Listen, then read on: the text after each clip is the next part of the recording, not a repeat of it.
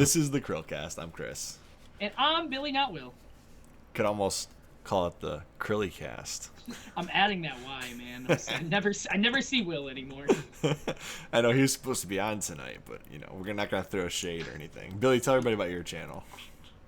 So I have a description. I actually put out 5 reasons to play, which is gonna be new. But the things I've done before, I've reviewed Wish product. I've done different reviews of games and stuff like that, movies, and I joke about different media.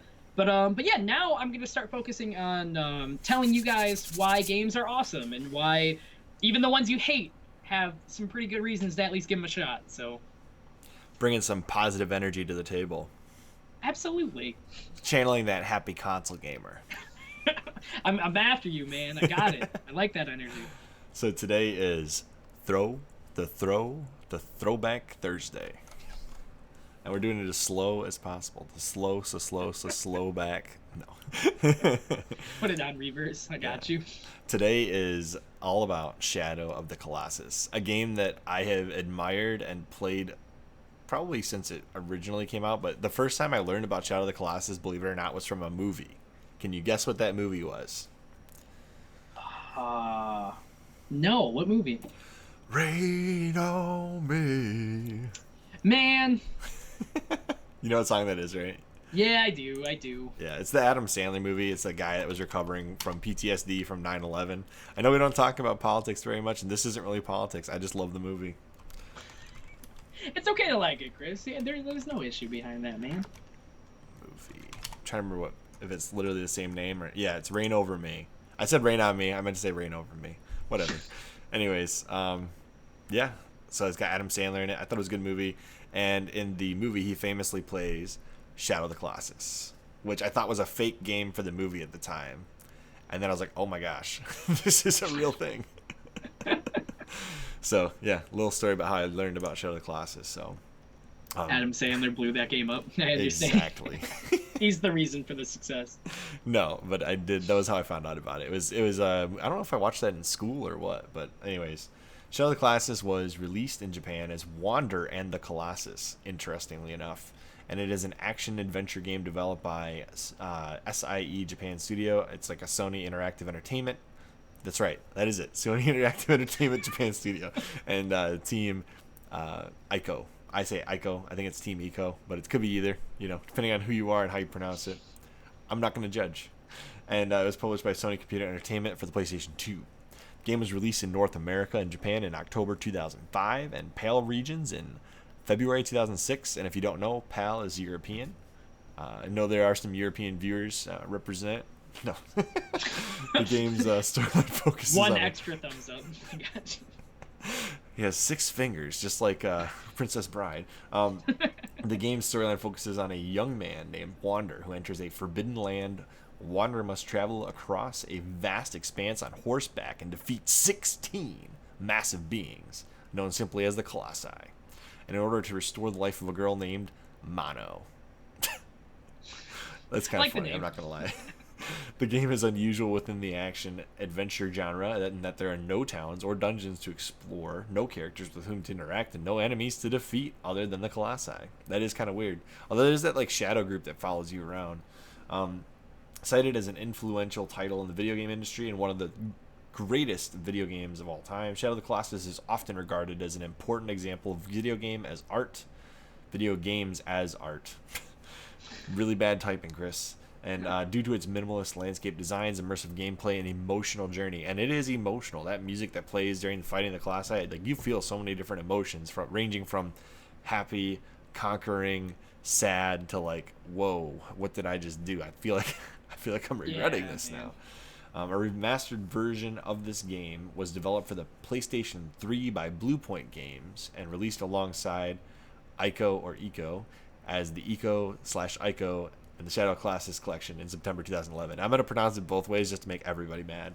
The makers are just pissed. They're like, I watch this podcast every week. This sucks.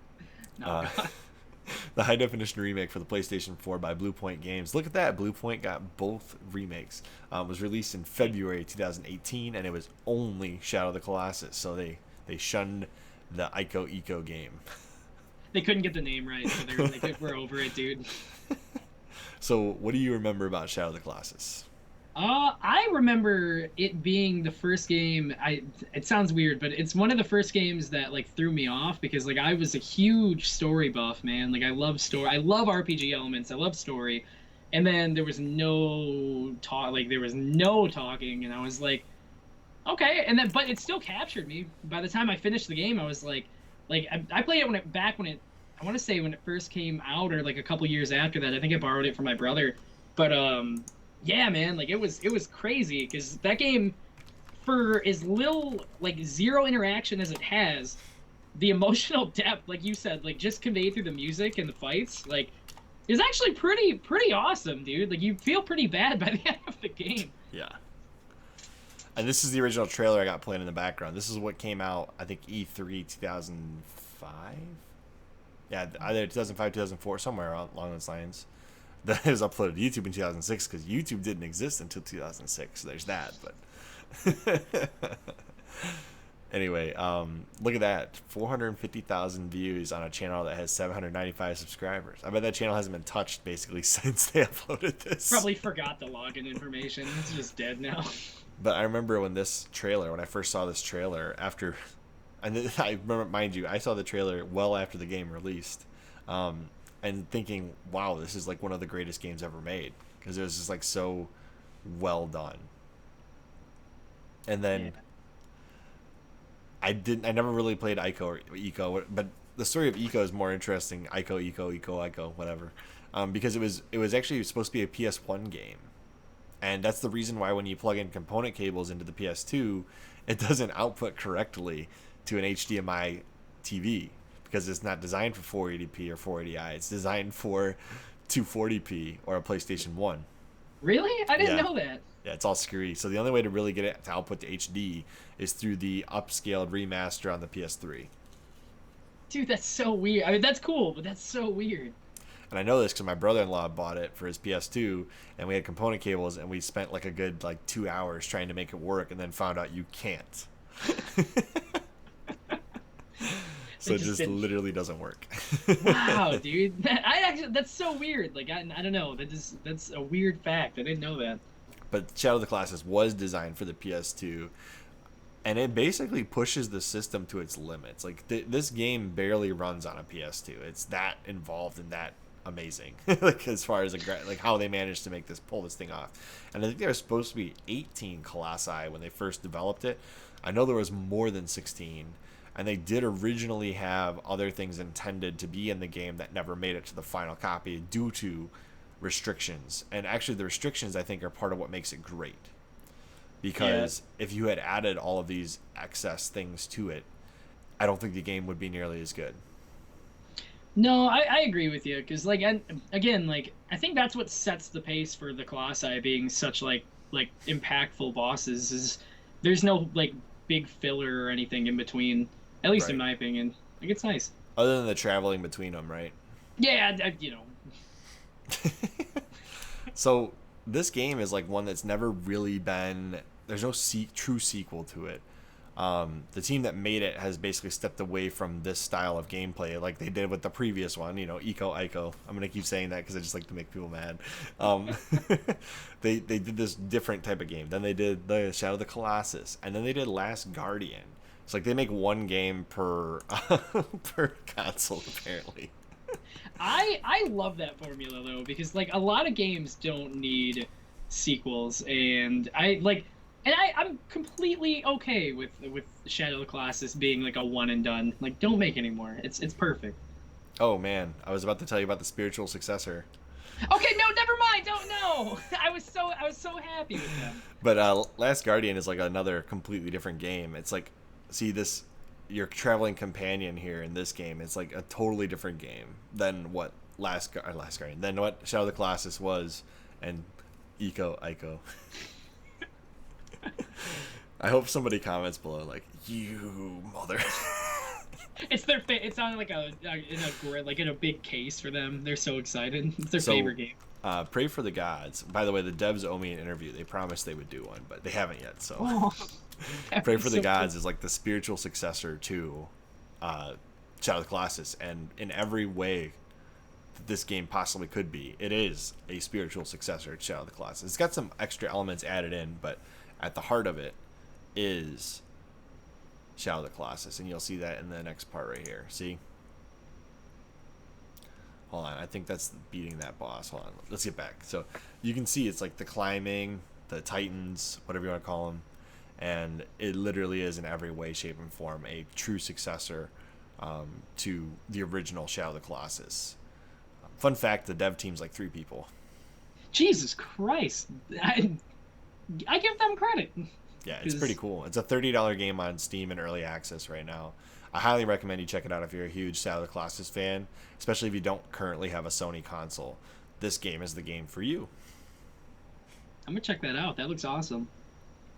So I guess we kind of already discussed the third question, but the other half of that is, if Pray for the Gods is successful, does that warrant an actual sequel to Shadow of the Colossus, something to continue the story so that we can find out what actually happens to Wander at the end when the girl wakes up? Or are we all satisfied with the fact that Eco Ico is the continuation after Shadow of the Colossus? Oh, go with Eco Ico, man. Listen, my biggest worry is, like, whenever a sequel comes out, I'm always scared that they're never gonna capture that same magic. And I think Shadow of the Colossus is like really well done, and I'm very scared that if they did put a true successor out to it, like, it would be cool, and I guarantee that team of 3 would still do fine, but, like, I just don't think it would be like the same magic they call, like, you just can't mimic, like, great art, and I think that's what if they did a prequel?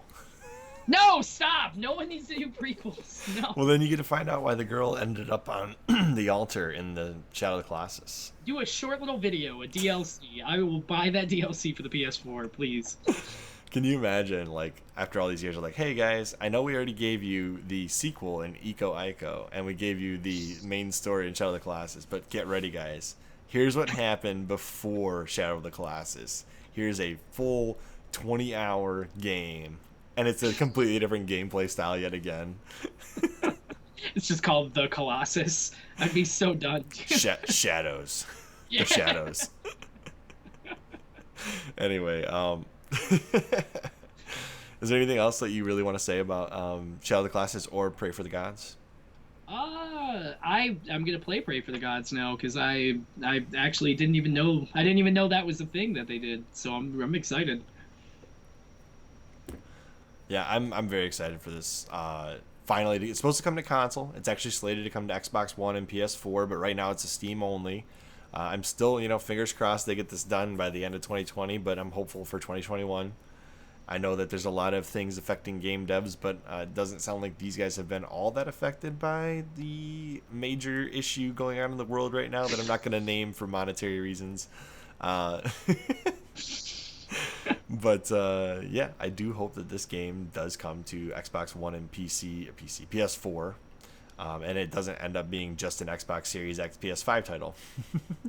Yeah, that would be nice, man. I really would be happy if they put it on last gen, because the whole, But yeah, put it on last gen, please. And yeah, I just want to remind you guys, one of the greatest games of all time, and probably a genre definer in the boss battle, or what is it called? A boss shoot. What's it called when you just fight bosses like in Cuphead? What do they call it? Oh, dude, I know what you're talking about. I'm trying to remember what, like a boss run? I don't know. My brain, oh god, I can't think of it. Let's see. You said best game. You said one of the genre-defining games, and I was like, Mass Effect, nice. Yeah. All day. Best game that's ever been made. Okay, listen, if you guys love Shadow of the Colossus, or you hate the way I pronounce Eco, please leave comments below and tell me what I got right or wrong. And at the same time, tell us why or how we should improve this segment of the podcast. Because Throwback Thursday seems to either do really well or really bad. As always, I'm Chris. And I'm Billy Not Will. And we will see you on the next CHRILLCAST. Bye, guys.